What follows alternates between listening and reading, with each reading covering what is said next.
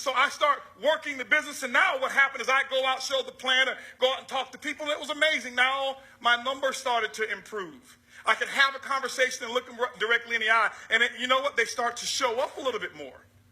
I'll tell you this right here. When you start to grow, I want you to understand, because I'm condensing this here, I want you to understand that death is just as important of the growth process as growth is.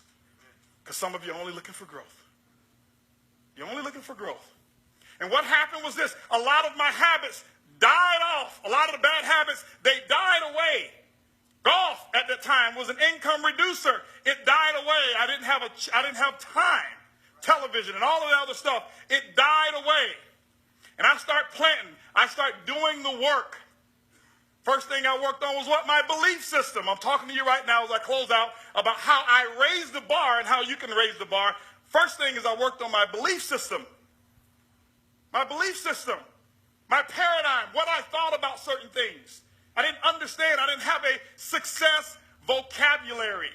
I eliminated, and a lot of the words that I used that were income reducing started to die. They needed to die. And what was born? New words like I can, I will. Certainty was born. And then I started to work some more, because if you're going to grow, you got to do the work. You got to plan. So after your belief comes your actions. Put the work in place. And I started to plant those seeds. And I was out, and I knew I had mastered the art of this. And once I did that, I never worried again about money in my life. Ever. I didn't worry about growing an organization. I didn't worry about whether somebody was going to quit. Why? I'm a grower. I'm a leader. I'm a planter. And I would plant, and I'd plant some seeds, and some of them will start to grow. But then I'd also see some of them die. One of my houses that we have, we got 2 palm trees in the front. Earlene and I bought them when we first got started. When we first bought the house, they were 5 feet tall. They were $5,000 a piece, because they're $1,000 a foot. We didn't know that. Now they're about 15 feet, maybe 20 feet tall, so they're worth about 40 grand. And what I noticed is every summer, the largest frond on that palm, on these date palms, the largest fronds, they blossom out, and they look so great. And people come by and they marvel over them, and they get the most attention, and they're the strongest. They make the tree look most attractive. Why? Because they have been growing. I also learned that everything that grows with you won't stay with you. Some of you had some people quit. I was talking to somebody in the back, had a leader quit. Heard the young lady say she had a leader that didn't wake up. And I understand some of those things. And those fronds was looking so great. And what happened was this here. I noticed that the fronds start pointing in another direction. Why? Because it was getting all the attention for a while. And then it sprouted out like this. And then it went a little like that. Got a little older. And as soon as it started to muffle over like that, what I saw was this needle-like thing that came up in the center of my palm tree, headed 90 degrees north. I didn't know what it was the first time. I'm wondering, what's going on? Is that a needle?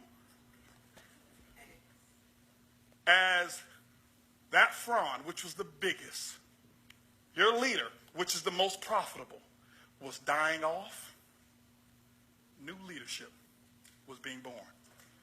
Because I kept feeding that organization.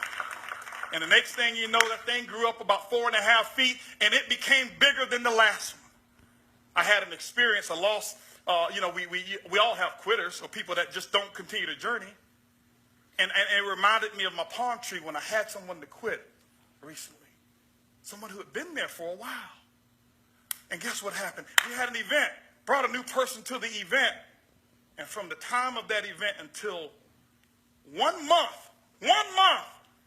the person who was new, that new needle, put more people in the organization, non-networker, than the quitter who had been in for 6 and 7 years. Why? Because we kept planting. So what I'm telling you is that death is going to take place, but your job is to keep planting. And I promise you it will keep growing. Your work, your activity is something that you've got to do. Last thing I'll cover is this here. It's the R. Belief. You got to have the belief. A, you got to have the actions. If you control the belief and alter the belief towards where it is that you want to go, your actions will change. You show me somebody who's got warped beliefs about their upline, their actions about their upline are going to change. You show me somebody who's got warped beliefs about the company, their actions are going to change. Why? Because it all starts with the thinking and then the conversations that take place. We all know it. That's why we say be careful what it is that you say, because you're going to get it. My company don't pay no attention to me. Well, they're not, because you're going to bring it home. This ain't the right company. I don't know if you're going to be gone. You talk yourself into it. 70% of all the conversations that ever have taken place with you is between you and you. Internal communication. And when you do those things and you go out, whatever your product is, whatever your service is, whatever your business model is, it doesn't matter. No, well, I'm looking for this type of product. None of that stuff matters.